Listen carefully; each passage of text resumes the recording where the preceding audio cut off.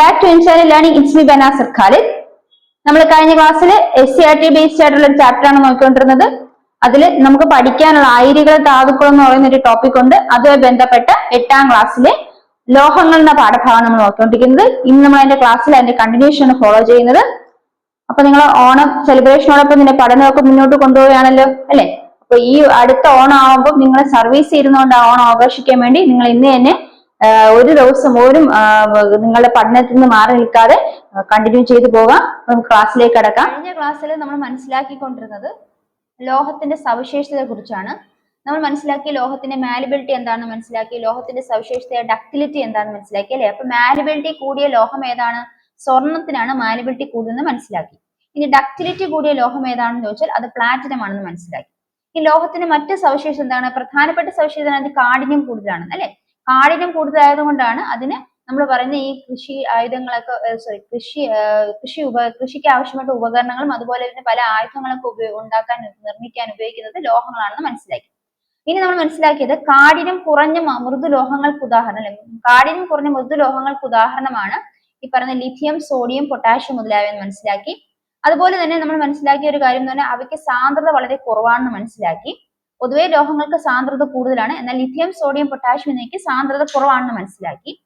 അതുപോലെ തന്നെ ഇനി നമ്മൾ മനസ്സിലാക്കിയ മറ്റൊരു കാര്യം എന്ന് പറയുന്നത് താഴ്ന്ന താപനിലയിൽ ലോഹങ്ങൾക്ക് ഉരുകാനുള്ള ലോഹങ്ങൾക്ക് ഉരുകുന്നത് താഴ്ന്ന താപനില ലോഹങ്ങൾ ഉരുകുന്നെങ്കിൽ ആ താഴ്ന്ന താപനില ഉരുകുന്ന ലോഹങ്ങൾക്ക് ഉദാഹരണം ലോഹങ്ങളെ പൊതുവെ ഉരുകുമെന്ന് പറഞ്ഞു. അപ്പൊ അതിൽ താഴ്ന്ന താപനിലയിൽ ഉരുകുന്ന ലോഹങ്ങൾ ഏതാണെന്ന് ചോദിച്ചാൽ അത് ഗാലിയം, സീസിയം, മെർക്കുറി എന്നിവയാണ് താഴ്ന്ന താപനിലയിൽ ഉരുകുന്നത്. അപ്പൊ അത്രയാണ് നമ്മൾ കഴിഞ്ഞ ക്ലാസ്സിൽ മനസ്സിലാക്കിയത്. അതുപോലെ നമ്മൾ മനസ്സിലാക്കിയ മറ്റൊരു കാര്യമാണ് താപചാലകതയും വൈദ്യുത ചാലകതയും. അങ്ങനെ താപചാലകതയും വൈദ്യുത ചാലകതയും കൂടിയ ലോഹം ഏതാണെന്ന് ചോദിച്ചാൽ അത് വെള്ളി തന്നെയാണ്. ഇനി അതുപോലെ തന്നെ താപചാലകത കൂടിയ ലോഹത്തിന് ഉദാഹരണം നമ്മൾ പറഞ്ഞു വെള്ളി. അതുപോലെ തന്നെ വൈദ്യുത ചാലകത്തിന് ഉദാഹരണം എന്ന് പറയുന്നത് എന്തൊക്കെ മനസ്സിലാക്കുന്ന ഇപ്പൊ ഓർമ്മ നമുക്ക് റിഫ്രഷ് ചെയ്യാൻ പറ്റിയല്ലോ അല്ലെ. അപ്പം എന്തൊക്കെയാണ് പിന്നെ മനസ്സിലാക്കിയത് വൈദ്യുത ചാലകങ്ങളെ കുറിച്ചാണ്. അതിൽ വൈദ്യുത ചാലകങ്ങൾക്ക് ഏറ്റവും നല്ല വൈദ്യുത ചാലകതയുള്ള ലോഹം ഏതാണെന്ന് വെച്ചാൽ അത് വെള്ളിയാണ്. അതുപോലെ താപചാലകത ഏറ്റവും കൂടുതലുള്ള ലോഹവും വെള്ളിയാണെന്ന് മനസ്സിലാക്കി. ഇനി വേറെ മനസ്സിലാക്കിയ ഒരു കാര്യം എന്ന് പറയുന്നത് ഈ പറയുന്ന വെച്ച് നോക്കുമ്പോൾ വെള്ളിയല്ല ഈ പറയുന്ന വൈദ്യുതീകരണത്തിന് അല്ലെങ്കിൽ അതുപോലെ തന്നെ ഈ പറയുന്ന വീടുകളിലെ വൈദ്യുതീകരണത്തിന് വൈദ്യുത ചാലകത കൂടിയ ലോഹമായ വെള്ളി ഉപയോഗിക്കാത്ത കാരണം എന്ന് വെച്ചാൽ അവയ്ക്ക് താപചാലകത കൂടുതലാണ്. അപ്പോൾ താരതമ്യേന താപചാലകത കുറഞ്ഞവയാണ് വെള്ളിയുമായിട്ട് ഉപേക്ഷിക്കുമ്പോൾ താപചാലകത കുറഞ്ഞവയാണ് അലുമിനിയം, കോപ്പർ. അപ്പം ഈ പറയുന്ന കോപ്പർ ആണ് വീടുകളിലെ വൈദ്യുതീകരണത്തിന് ഉപയോഗപ്പെടുത്തുന്നത്. അതുപോലെ തന്നെ വൈദ്യുത തൂണുകളിലെ ഉപയോഗപ്പെടുത്തുന്ന ലോഹം ഏതാണെന്ന് ചോദിച്ചാൽ അത് അലുമിനിയം ആണെന്ന് നിങ്ങൾ മനസ്സിലാക്കണം.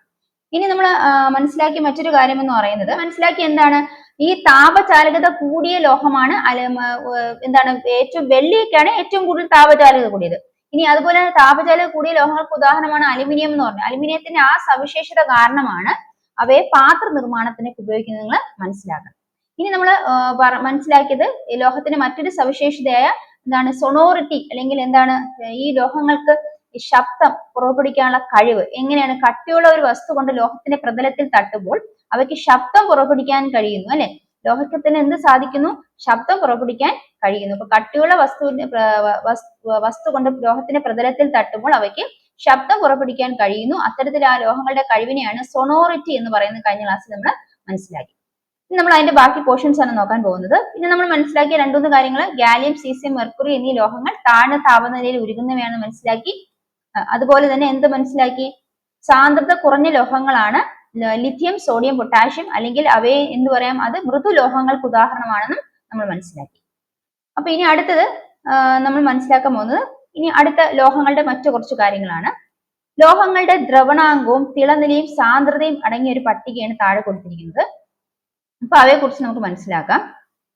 ഇവിടെ എന്താണ് ദ്രവണാങ്കം അഥവാ തിളനില എന്ന് മനസ്സിലാക്കാം. എന്താണ് ദ്രവണാങ്കം? ഖരപദാർത്ഥങ്ങളെ ചൂടാക്കി ദ്രാവകങ്ങളാക്കി മാറ്റാമെന്ന് നിങ്ങൾക്ക് മനസ്സിലാക്കാം അല്ലെ. നിങ്ങൾക്കറിയാം ഖരപദാർത്ഥങ്ങളെ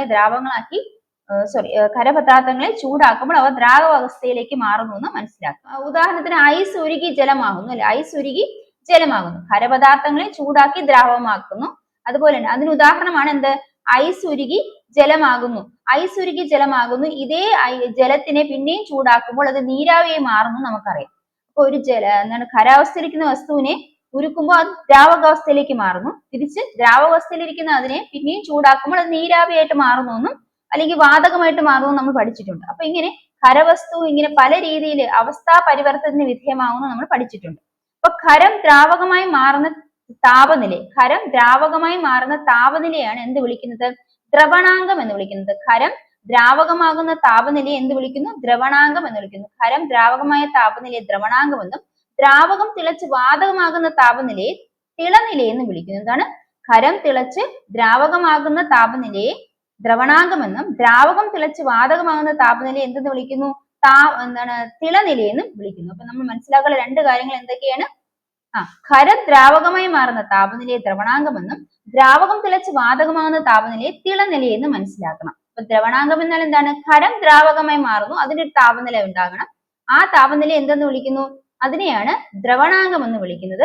ഇനി ദ്രാവകം മറിച്ച് ദ്രാവകം വാതകമാകുന്ന താപനിലയെ തിളനില എന്നും വിളിക്കുന്നു. ഈ രണ്ട് കാര്യങ്ങളാണ് നമ്മുടെ മനസ്സിലാക്കാനുള്ളത്. എന്താണ്? ഖരം തിളച്ച് ദ്രാവകമാകുന്ന താപനിലയെ ദ്രവണാങ്കമെന്നും ദ്രാവകം തിളച്ച് വാതകമാകുന്ന താപനിലയെ തിളനിലയെന്നും വിളിക്കുന്നു. അടുത്ത നമ്മൾ ഇത്രയും മനസ്സിലാക്കിയെന്ന് നമ്മൾ ഈ ചാർട്ടിൽ നിന്ന് മനസ്സിലാക്കുന്ന കാര്യം, ഏറ്റവും കൂടുതൽ ദ്രവണാങ്കമുള്ള ലോഹം 3414 ഏതാണത്? ടങ്സ്റ്റൻ ആണ് ഏറ്റവും കൂടുതൽ ദ്രവണാങ്കമുള്ള. അതായത് ഖരം ദ്രാവകമാകുന്ന തിളനിലയാണ് എന്ത്?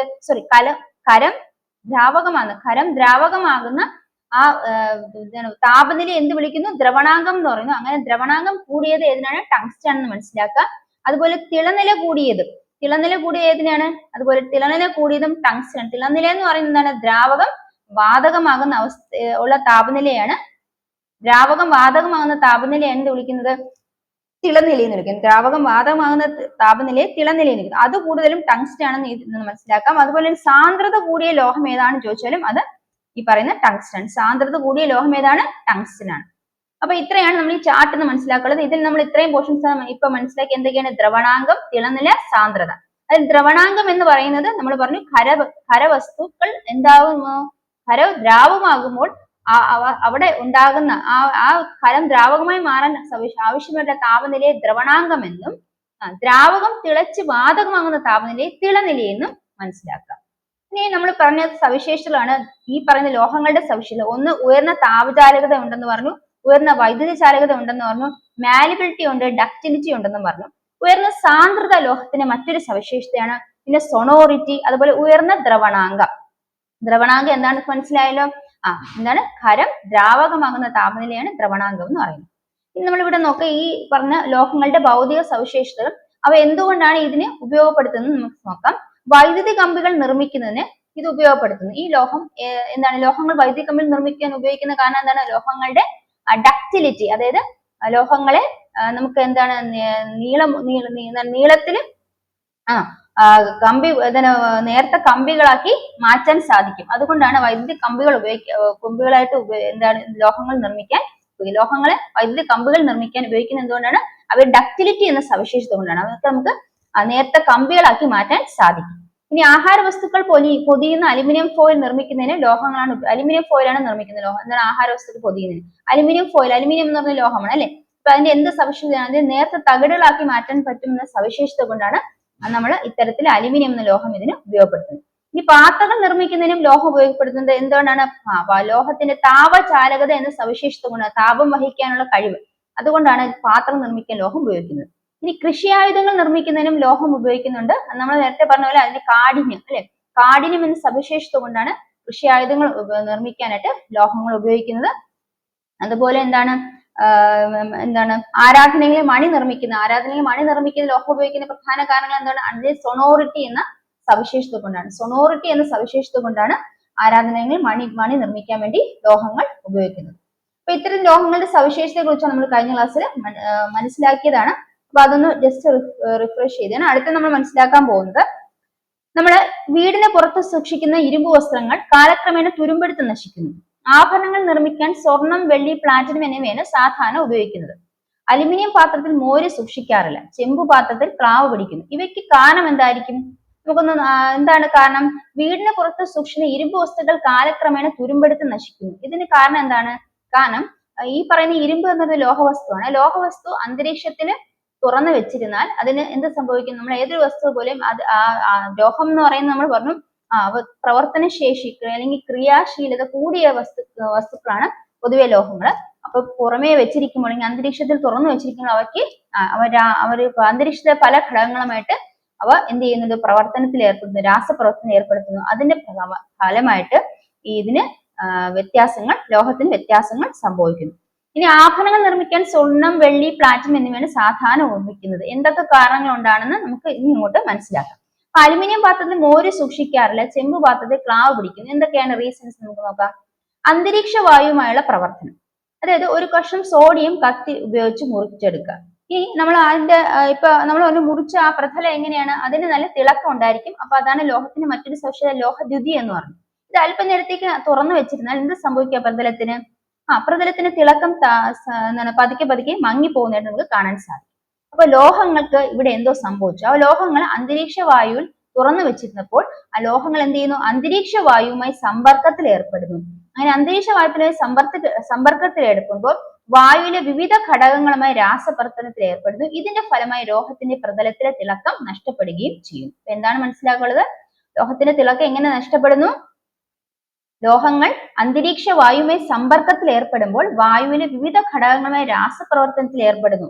അതിന്റെ ഫലമായിട്ട് ലോഹപ്രതലത്തിൽ തിളക്കം നഷ്ടപ്പെടുന്നു. അപ്പൊ അതാണ് അന്തരീക്ഷ വായുവുമായി ലോഹത്തിന്റെ രാസപ്രവർത്തനത്തിൽ ഏർപ്പെടുന്നതിന്റെ ഫലമായിട്ടാണ് എന്ത് സംഭവിച്ചത്? ആ സോഡിയം കുറച്ചു നേരം മുറിച്ചു വെച്ചിരുന്ന സോഡിയം അന്തരീക്ഷ വായുവുമായി സമ്പർക്കത്തിൽ ഏർപ്പെടുത്തപ്പോൾ എന്ത് സംഭവിച്ചു? അവിടെ രാസപ്രവർത്തനം നടന്നതിന്റെ ഫലമായി അതിന്റെ തിളക്കം നഷ്ടപ്പെട്ടു എന്നാണ് അവിടെ മനസ്സിലാക്കുന്നത്. അപ്പൊ ലോഹങ്ങൾ അന്തരീക്ഷമായി എങ്ങനെ പ്രവർത്തിക്കുന്നു? സമ്പർക്കത്തിലേർപ്പെടും, വായുവിലെ വിവിധ ഘടകങ്ങളുമായി രാസപ്രവർത്തനം ഏർപ്പെടുന്നു. ലോഹങ്ങൾ ഇത്തരത്തിൽ ഏർപ്പെടുന്നതിന്റെ ഫലമായിട്ട് അതിന്റെ പ്രതലത്തിലെ തിളക്കം നഷ്ടപ്പെടുകയും ചെയ്യും. ഇനി ലോഹങ്ങൾ ജലവുമായി പ്രവർത്തിക്കുന്നു. ലോഹങ്ങൾ ജലവുമായി പ്രവർത്തിക്കുമ്പോൾ എന്ത് സംഭവിക്കും? നമ്മൾ ആസിഡ്സ്, ബേസസ്, ലവണങ്ങൾ എന്ന പാഠത്തിൽ നമ്മൾ ലോഹങ്ങൾ ആസിഡുമായി പ്രവർത്തിക്കുന്നതിനെ കുറിച്ച് മനസ്സിലാക്കി. അതുപോലെ തന്നെ ഇവിടെ ലോഹങ്ങൾ അനുകൂല സാഹചര്യങ്ങൾ, ചില ലോഹങ്ങൾ അനുകൂല സാഹചര്യങ്ങൾ ജലവുമായി പ്രവർത്തിച്ച് ഹൈഡ്രജൻ വാതകം പുറത്തുവിടുന്നു. അപ്പൊ ചില ലോഹങ്ങൾ എന്ത് ചെയ്യുന്നുണ്ട്? അനുകൂല സാഹചര്യങ്ങൾ ഹൈഡ്രജനുമായി പ്രവർത്തിച്ച് ലോഹങ്ങൾ അനുകൂല സാഹചര്യങ്ങൾ ജലവുമായി പ്രവർത്തിച്ച് ഹൈഡ്രജൻ വാതകം പുറത്തുവിടുന്നു. ഉദാഹരണത്തിന് ഇവിടെ നോക്കൂ, സോഡിയം ജലവുമായി പ്രവർത്തിക്കുന്നു. സോഡിയം ജലവുമായി പ്രവർത്തിച്ച് എന്ത് സംഭവിക്കുന്നു? സോഡിയം ഹൈഡ്രോക്സൈഡും ഹൈഡ്രജൻ എന്ന വാതകവും പുറത്തേക്ക് വിടുന്നു. അപ്പൊ സോഡിയം ജലവുമായി പ്രവർത്തിച്ച് സോഡിയം ഹൈഡ്രോക്സൈഡും അതുപോലെ ഹൈഡ്രജൻ എന്ന വാതകവും പുറത്തേക്ക് വിടുന്നു. അതാണ് ഇവിടെ പറഞ്ഞത്, ലോഹങ്ങൾ അനുകൂല സാഹചര്യങ്ങളിൽ ജലവുമായി പ്രവർത്തിച്ച് ഹൈഡ്രജൻ വാതകം പുറത്തേക്ക് വിടുന്നു. ലോഹങ്ങൾ അനുകൂല സാഹചര്യത്തിൽ ജലവുമായി പ്രവർത്തിച്ച് ഹൈഡ്രജൻ വാതകമാണ് പുറത്തേക്ക് വിടുന്നത്. ഇത്തരത്തിൽ പൊട്ടാസ്യം, കാൽസ്യം എന്നിവ തണുത്ത ജലവുമായി പ്രവർത്തിക്കുന്നതാണെന്ന് മനസ്സിലാക്കുക. പൊട്ടാസ്യം, കാൽസ്യം എന്നിവ തണുത്ത ജലവുമായി പ്രവർത്തിക്കുന്നതാണെന്ന് മനസ്സിലാക്കുക. അപ്പൊ എന്താണ് നമ്മൾ മനസ്സിലാക്കിയത്? അന്തരീക്ഷ വായുമായുള്ള ലോഹങ്ങളുടെ പ്രവർത്തനം കാരണമാണ് ലോഹങ്ങളുടെ പ്രതലത്തിലുള്ള തിളക്കം നഷ്ടപ്പെടുന്നതാണെന്ന് മനസ്സിലാക്കി. അതുപോലെ ലോഹങ്ങൾ ജലവുമായി പ്രവർത്തിച്ച് ഹൈഡ്രജൻ വാതകം പുറത്തേക്ക് വിടുമെന്നും മനസ്സിലാക്കി. ഇനി എന്താണ് ലോഹ സങ്കരങ്ങൾ എന്ന് മനസ്സിലാക്കുക. അതിനു മുമ്പ് നമുക്ക് ഒരു കാര്യം നോക്കാം. ലോഹങ്ങളെ ആസിഡുമായുള്ള പ്രവർത്തനം, നമ്മൾ ആസിഡ്സ്, മിനറൽസ്, ബേസസ് ഒക്കെ ലവണങ്ങളെ കുറിച്ചൊക്കെ മനസ്സിലാക്കിയ പാഠത്തിൽ നമ്മൾ പറഞ്ഞു ലോഹങ്ങളെ ആസിഡുമായി പ്രവർത്തിക്കുന്നു അല്ലെ. ക്രിയാശീലത കൂടിയ, അതായത് റിയാക്ടിവിറ്റി കൂടുതലായ സിങ്ക് ആസിഡുമായി ഹൈഡ്രോക്ലോറിക് ആസിഡുമായി പ്രവർത്തിച്ച് സിങ്ക്, ക്ലോറൈഡും ഹൈഡ്രജൻ എന്ന വാതകം പുറത്തേക്ക് വിടുന്നു നമ്മൾ അതിൽ മനസ്സിലാക്കി. അപ്പൊ അതിന് എന്താ മനസ്സിലാക്കുന്നത്? ലോഹങ്ങള് ആസിഡുമായി പ്രവർത്തിച്ച് ഹൈഡ്രജൻ എന്ന വാതകം പുറത്തേക്ക് വിടുന്നു. ലോഹങ്ങൾ ജലവുമായി പ്രവർത്തിച്ച് ഹൈഡ്രജൻ എന്ന വാതകം പുറത്തേക്ക് വിടുന്നു. അതുപോലെ തന്നെ ലോഹങ്ങൾ എന്താണ്? അലുമിനിയം, സിങ്ക്, മെഗ്നീഷ്യം, അയൺ തുടങ്ങിയ ലോഹങ്ങൾ ആസിഡുമായി പ്രവർത്തിക്കുമ്പോൾ ഹൈഡ്രജൻ വാതകം പുറത്തേക്ക് വിടുന്നു. ഇതോടൊപ്പം ഒരു ലോഹ ലവണ സംയുക്തവും ഉണ്ടാകുന്നു. അതാണ് ഇവിടെ ലോഹ ലവണ സംയുക്തം സിങ്ക് ക്ലോറൈഡ് ആണ്. പിന്നെ ഹൈഡ്രജൻ എന്ന വാതകം പുറത്തേക്ക് വിടുകയും ചെയ്യും. അലുമിനിയം, സിങ്ക്, മെഗ്നീഷ്യം, അയൺ മുതലായ ലോഹങ്ങൾ ആസിഡുമായി പ്രവർത്തിക്കുമ്പോൾ ഹൈഡ്രജൻ വാതകം ഉണ്ടാകുന്നു. ഇതോടൊപ്പം ഒരു ലോഹ ലവണ സംയുക്തവും ഉണ്ടാകുന്നു. അപ്പം നാരങ്ങയിലും മോരിലും ആസിഡുകൾ അടങ്ങിയിട്ടുണ്ടെന്ന് നമുക്കറിയാം അല്ലെ. നാരങ്ങയിൽ സിട്രിക് ആസിഡും മോരിൽ ലാക്റ്റിക് ആസിഡും ആണെന്ന് അറിയാം. അപ്പൊ നാരങ്ങ മുറിക്കാൻ തന്നെ ഇരുമ്പ് കത്തി ഉപയോഗിച്ച് എന്ത് സംഭവിക്കും? ഇരുമ്പ് നാരങ്ങയിൽ സിട്രിക് ആസിഡുമായി റിയാക്ട് ചെയ്യുന്നു. അതുകൊണ്ട് നമ്മൾ നാരങ്ങ മുറിക്കാൻ എന്താണ്? ഇരുമ്പ് കത്തിയേക്കാൾ നല്ലത് സ്റ്റെയിൻലെസ് സ്റ്റീൽ കത്തിയാണ് മനസ്സിലാക്കണം. അതുപോലെ അലുമിനിയം പാത്രത്തിൽ മോര് സൂക്ഷിക്കാത്തതിന്റെ കാരണം എന്താണ്? മോരിലെ ലാക്റ്റിക് ആസിഡ് അലുമിനിയവുമായി റിയാക്ട് ചെയ്യുന്നു, പ്രവർത്തിക്കുന്നു, രാസപ്രവർത്തനത്തിൽ ഏർപ്പെടുന്നതിനാണ് ഈ പറയുന്ന മോര് അലുമിനിയം പാത്രത്തിൽ സൂക്ഷിക്കാത്തത്. അപ്പൊ അതാണ് നമ്മൾ നേരത്തെ പറഞ്ഞ 3-4 ചോദ്യങ്ങൾക്ക് ഉത്തരം ഇപ്പൊ നമ്മൾ മനസ്സിലാക്കി. എന്തൊക്കെയാണ്? വീടിന് പുറത്ത് സൂക്ഷിക്കുന്ന ഇരുമ്പ് വസ്തുക്കൾ കാലക്രമേണ തുരുമ്പെട്ട് നശിക്കുന്നു. കാരണം എന്താ? നമ്മൾ പറഞ്ഞു ലോഹങ്ങൾ അന്തരീക്ഷ വായുവില് വായുവില് തുറന്നു വെച്ചിരിക്കും എന്ത് സംഭവിക്കും? അന്തരീക്ഷ വായുവിലെ പല ഘടകങ്ങളുമായിട്ട് രാസപ്രവർത്തനത്തിൽ ഏർപ്പെടുന്നു. അങ്ങനെ അതിന്റെ പ്രതലത്തിന് തിളക്കം നഷ്ടപ്പെടുന്നു. അത് അങ്ങനെ അതിന് വ്യത്യാസം സംഭവിക്കുന്നു മനസ്സിലാക്കി. ഇനി ആഭരണങ്ങൾ നിർമ്മിക്കാൻ സ്വർണം, വെള്ളി, പ്ലാറ്റിനം എന്നിവ സാധാരണ ഉപയോഗിക്കുന്നത് മനസ്സിലാക്കി. അതെന്താണ്? അത് പെട്ടെന്ന് നശിച്ചു. അത് മനസ്സിലാക്കാനുള്ള കാരണം ആ പറയുന്ന ലോഹങ്ങൾക്ക് പെട്ടെന്ന് നാശം സംഭവിക്കില്ല. അതിനാണ് സ്വർണം, വെള്ളി, പ്ലാറ്റിനം മുതലായ ലോഹങ്ങൾ ആഭരണം നിർമ്മിക്കാൻ ഉപയോഗിക്കുന്നത് മനസ്സിലാക്കുക. ഇനി അലുമിനിയം പാത്രത്തിൽ മോര് സൂക്ഷിക്കാറില്ല. കാരണം എന്താണ്? അലുമിനിയം പാത്രത്തിൽ മോര് ലാക്റ്റിക് ആസിഡുമായിട്ട് റിയാക്ട് ചെയ്യുന്നു. അതുകൊണ്ട് അത് സൂക്ഷിക്കാറില്ല മനസ്സിലാക്കുക. ഇനി ചെമ്പ് പാത്രങ്ങൾ ഹാവ് കുടിക്കും. നമ്മൾ നേരത്തെ പറഞ്ഞ പോലെ അന്തരീക്ഷ വായുവിലെ വിവിധ ഘടകങ്ങളുമായിട്ട് രാസപ്രവർത്തനത്തിൽ ഏർപ്പെടുന്നതിന്റെ ഫലമായിട്ടാണ് ചെമ്പ് പാത്രങ്ങൾ ക്ലാവ് പിടിക്കുന്നത്. അപ്പൊ അത്രയാണ് നമ്മൾ ലോഹങ്ങളുടെ രാസപ്രവർത്തനങ്ങളെ കുറിച്ച് മനസ്സിലാക്കുക. അടുത്ത ലോഹസങ്കരങ്ങൾ അഥവാ അലോയ്സ് എന്നാൽ എന്താണ്? രണ്ടോ അതിലധികമോ ലോഹങ്ങളുടെ ഏകാത്മ ഖരലായനികളാണ് ലോഹസങ്കരങ്ങൾ. എന്താണ്? രണ്ടോ അതിലധികമോ ഉള്ള ലോഹങ്ങളുടെ ഏകാത്മക ഖരലായനികളെയാണ് ലോഹസങ്കരങ്ങൾ എന്ന് അറിയപ്പെടുന്നത്. ഏകാത്മക ഖരലായനികളാണ് ലോഹങ്ങളുടെ ഒന്നല്ല രണ്ടോ അതിലധികമോ ഉള്ള ലോഹങ്ങളുടെ ഏകാത്മക ഖരലായനികളെയാണ് ലോഹസങ്കരങ്ങൾ എന്ന് വിളിക്കുന്നത്. അപ്പൊ ഏകാത്മക ഖരലായനികളാണ് ആരുടെ? ലോഹങ്ങളുടെ രണ്ടോ അതിലധികമോ ഉള്ള ലോഹങ്ങളുടെ ഏകാത്മക ഖരലായനികളെയാണ് ലോഹസങ്കരങ്ങൾ എന്ന് വിളിക്കുന്നത്. അപ്പൊ ലോഹസങ്കരങ്ങളിൽ ആരാണ് അടങ്ങിയിരിക്കുന്നത്? ലോഹങ്ങളാണ് അടങ്ങിയിരിക്കുന്നത്. രണ്ടോ അതിലധികമോ ലോഹങ്ങളാണ്. അത് ഖരലായനികളും ആയിരിക്കും. ഇനി ലോഹങ്ങളെ അപേക്ഷിച്ച് മികച്ച ബലവും നാശനത്തെ ചെറുക്കാനുള്ള കഴിവും ഇവയ്ക്കുണ്ട്. അപ്പം ഇവയുടെ പ്രത്യേകത എന്താണ്? ഈ പറയുന്ന ലോഹസങ്കരങ്ങളുടെ പ്രത്യേകത ലോഹങ്ങളെ അപേക്ഷിച്ച് അവയ്ക്ക് ബലം കൂടുതലാണ്. അതുപോലെ ലോഹനാശനത്തെ ചെറുക്കാനുള്ള കഴിവും ഇവയ്ക്ക് ഉണ്ട്. ഇനി 90% ലോഹങ്ങളും ലോഹസങ്കരങ്ങളാണ്. അപ്പൊ 90% അധികം ലോഹങ്ങളും ലോഹസങ്കരങ്ങളായിട്ടാണ് ഉപയോഗിക്കുന്നത് മനസ്സിലാക്കുക. അപ്പം നമ്മളെ ലോഹസങ്കരങ്ങളുടെ പ്രത്യേകത എന്താണ്? ലോഹങ്ങളെ അപേക്ഷിച്ച് അവയ്ക്ക് ബലം കൂടുതലാണ്. അതുപോലെ ലോഹനാശനത്തെ ചെറുക്കാനുള്ള കഴിവും ഇവയ്ക്കുണ്ട്. കാരണം എന്താ? ഇവ എന്ന് പറയുന്നത് രണ്ടോ അതിലധികമോ ഉള്ള ലോഹങ്ങളുടെ ഏകാത്മ ഖരലായനികളാണ് ലോഹസങ്കരങ്ങൾ. അവയുടെ സവിശേഷത എന്താണ്? അവയ്ക്ക് ലോഹങ്ങളെ അപേക്ഷിച്ച് മികച്ച ബലവും ലോഹനാശനത്തെ ചെറുക്കാനുള്ള കഴിവും ഉണ്ടെന്ന് മനസ്സിലാക്കാം. ഇനി ഇതുപോലെ പല നിർമ്മാണ സാമഗ്രികളും നിർമ്മിക്കുന്നതിന് വേണ്ടിയിട്ട് ലോഹസങ്കരങ്ങളാണ് ഉപയോഗപ്പെടുത്തുന്നത്. ഇനി സ്വർണത്തിന് നമ്മൾ ആഭരണങ്ങൾ ഉണ്ടാക്കാൻ ഉപയോഗിക്കുന്നു പറഞ്ഞു. അപ്പൊ സ്വർണത്തിനെയും കോപ്പറിന്റെയും ലോഹസങ്കരമാണ് ആഭരണങ്ങൾ നിർമ്മിക്കാൻ ഉപയോഗിക്കുന്നത് നമ്മൾ മനസ്സിലാക്കുക. സ്വർണത്തിനെയും കോപ്പറിന്റെയും ലോഹസങ്കരങ്ങളാണ് ആഭരണങ്ങൾ നിർമ്മിക്കാൻ ഉപയോഗിക്കുന്നത്. ഇനി ചില ലോഹസങ്കരങ്ങളും അവയുടെ ഘടകങ്ങളെ കുറിച്ച് മനസ്സിലാക്കാം.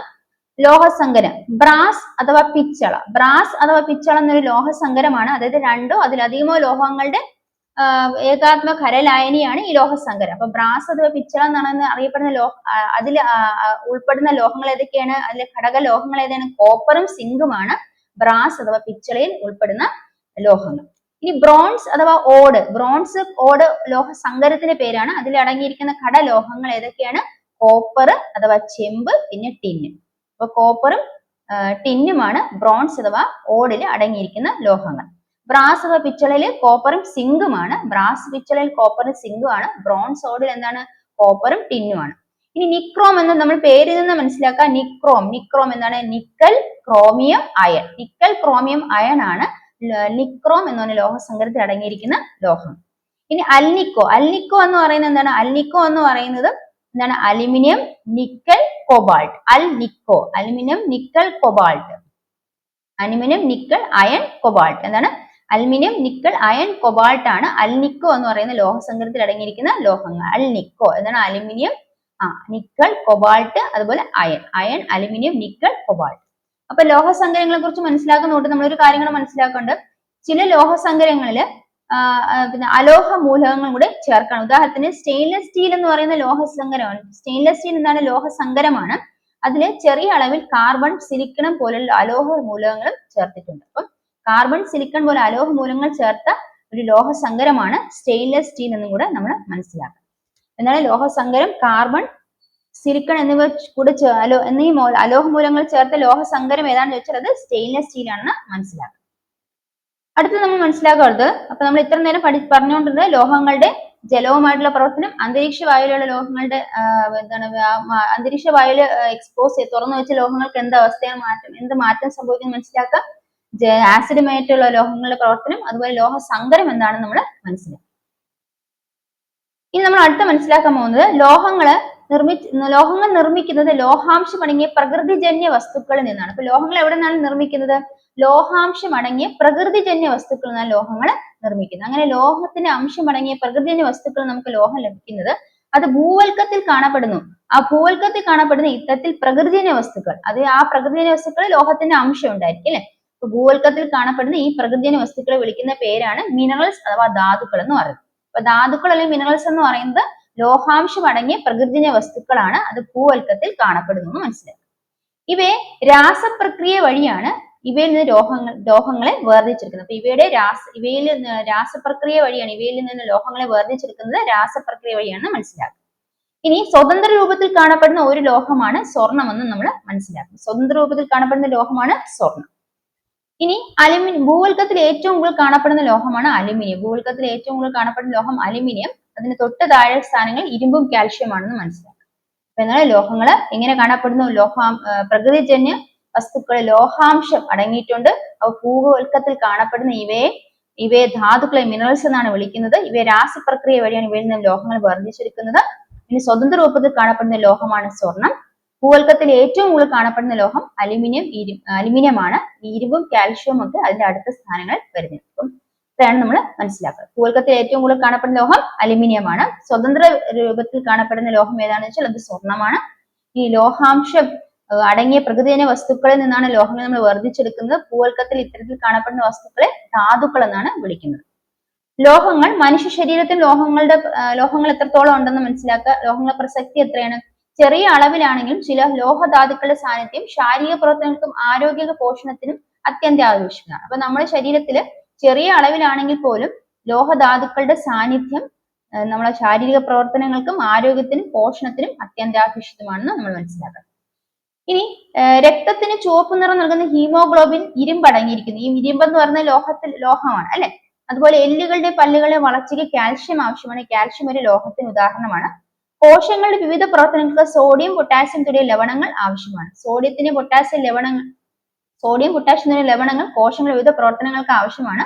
അപ്പൊ ആ സോഡിയം പൊട്ടാസ്യം എന്തിന് ഉദാഹരണമാണ്? ലോഹങ്ങൾക്ക് ഉദാഹരണമാണ്. ഇനി വളരെ നേരിയ തോതിലാണെങ്കിലും സിങ്ക്, കോപ്പർ, സെലീനിയം തുടങ്ങിയവ ആരോഗ്യത്തിന് അത്യാവശ്യമാണ്. വലിയ നേരിയ ക്വാണ്ടിറ്റിയിലാണെങ്കിലും സിങ്കും, കോപ്പർ, സെലീനിയം മുതലായവ ലോഹങ്ങളും നമ്മുടെ ആരോഗ്യത്തിന് അത്യാവശ്യമെന്ന് മനസ്സിലാക്കുക. അടുത്ത നമ്മൾ മനസ്സിലാക്കാൻ പോകുന്ന ലോഹനാശനത്തെ കുറിച്ചാണ്. എന്താണ് ലോഹനാശനം? നമ്മൾ നേരത്തെ പറഞ്ഞു ഇരുമ്പ് തുരുമ്പിക്കുന്ന പ്രക്രിയ. ഇരുമ്പ് തുരുമ്പിക്കുന്നു എന്ന് പറഞ്ഞല്ലേ. ഇപ്പൊ നിത്യജീവിതത്തിൽ നമ്മൾ ഉപയോഗിക്കുന്ന ഒരു ലോഹമാണ് ഇരുമ്പ്. അപ്പം ഇരുമ്പ് കുറെ നേരം എന്താണ് ഇരുമ്പ് തുരുമ്പിക്കുന്നു. ആ ഇരുമ്പ് തുരുമ്പിക്കുന്നതിന് കാരണം എന്താണ്?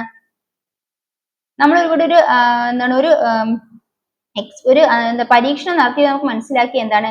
ഇരുമ്പും മറ്റു പല ലോഹങ്ങളും അന്തരീക്ഷ വായുവിലെ വിവിധ ഘടകങ്ങളുമായി രാസപ്രവർത്തനം ഏർപ്പെടുത്തി പുതിയ പദാർത്ഥങ്ങളെ മാറുന്നു. അപ്പം ഇരുമ്പും മറ്റു പല ലോഹങ്ങളും അന്തരീക്ഷ വായുവിലെ വിവിധ ഘടകങ്ങളുമായി രാസപ്രവർത്തനത്തിൽ ഏർപ്പെടുന്നു. നമ്മൾ അന്തരീക്ഷ വായുവിലെ വിവിധ ഘടകങ്ങളുമായി ലോഹങ്ങൾ രാസപ്രവർത്തനം ഏർപ്പെടുന്നു നേരത്തെ പറഞ്ഞു. അപ്പൊ അങ്ങനെ ഏർപ്പെടുന്നതിന്റെ ഫലമായിട്ട് ലോഹത്തിന് നാശം സംഭവിക്കുന്നു. അതിനെയാണ് ലോഹനാശനം എന്ന് പറയുന്നത്. അപ്പൊ അന്തരീക്ഷ വായുവിലെ വിവിധ ഘടകങ്ങളുമായി ലോഹങ്ങൾ രാസപ്രവർത്തനം ഏർപ്പെടുമ്പോൾ അവയ്ക്ക് നാശം സംഭവിക്കുന്ന ആ പ്രക്രിയ ലോഹനാശനം എന്ന് പറയുന്നു. അപ്പൊ ലോഹനാശനം പ്രക്രിയയിൽ ഏറ്റവും കൂടുതൽ ലോഹനാശനം നടക്കുന്നത് ഇരുമ്പിനാണ് നമ്മൾ പറഞ്ഞു. അപ്പോൾ ഈ അന്തരീക്ഷ വായുവിലെ ആരുമായിട്ടായിരിക്കാം ഈ പറയുന്ന ലോഹങ്ങൾ പ്രവർത്തിക്കുന്നത്? അന്തരീക്ഷ വായുവിലെ ഓക്സിജൻ, ജലാംശം എന്നിവയുമായാണ് രാസപ്രവർത്തനത്തിൽ ഏർപ്പെടുമ്പോഴാണ് ഇരുമ്പ് തുരുമ്പിക്കുന്നത്. അപ്പൊ ഇരുമ്പ് തുരുമ്പിക്കുന്ന എങ്ങനെയാണ്? അന്തരീക്ഷ വായുവിലെ ഓക്സിജൻ, ജലാംശം എന്നിവയുടെ രാസപ്രവർത്തനം ഏർപ്പെടുമ്പോഴാണ് ഇരുമ്പ് തുരുമ്പിക്കുന്നത്. അതുകൊണ്ടാണ് കടൽ തീരങ്ങളിലെ ഇരുമ്പ് ജനൽ കമ്പികളൊക്കെ വേഗത്തിൽ തുരുമ്പിക്കുന്നത്. എന്തുകൊണ്ടാണ്? നമ്മൾ അന്തരീക്ഷ വായുവിലെ ഓക്സിജനും അതുപോലെ ജലാംശവുമായിട്ട് രാസപ്രവർത്തനം ഏർപ്പെടുന്നതിന്റെ ഫലമായിട്ടാണ് ഇരുമ്പ് തുരുമ്പിക്കുന്നത്. അപ്പം ഇരുമ്പ് മറ്റു പല ലോഹങ്ങളും അന്തരീക്ഷ വിവിധ ഘടകങ്ങളും രാസപ്രവർത്തനം ഏർപ്പെടുത്തി പുതിയ പദാർത്ഥങ്ങളെ മാറുന്നു. ഇതിനെ ലോഹനാശനം എന്ന് പറയുന്നു. അപ്പൊ ഇരുമ്പിന്റെ ലോഹനാശനങ്ങൾ തടയുന്നതിന് എന്തൊക്കെ മാർഗങ്ങൾ സ്വീകരിക്കാം? നമുക്ക് പെയിന്റ് അടിച്ച് കോട്ടിംഗ് ഒക്കെ ഇത് ചെയ്ത് നമുക്ക് ലോഹനാശനം തടയാൻ ഒരു പരിധിവരെ സാധിക്കും. അപ്പം ലോഹങ്ങളും അതിന്റെ വിവിധ സവിശേഷതകളും അതിന്റെ രാസപ്രവർത്തനങ്ങൾ ഇതിനെ കുറിച്ചൊക്കെയാണ് ഈ പാഠഭാഗത്ത് നമ്മൾ മനസ്സിലാക്കിയത്. അപ്പൊ ഇത് നമുക്ക് ഇത്തരം കാര്യങ്ങളാണ് ഇനി ഇതിൽ മനസ്സിലാക്കുള്ളൂ. ഈ പോർഷനിൽ നമ്മൾ മനസ്സിലാക്കുള്ളൂ. അപ്പൊ ലോഹത്തിന്റെ സവിശേഷതയെ കുറിച്ചാണ് നമ്മൾ മനസ്സിലാക്കിയത്.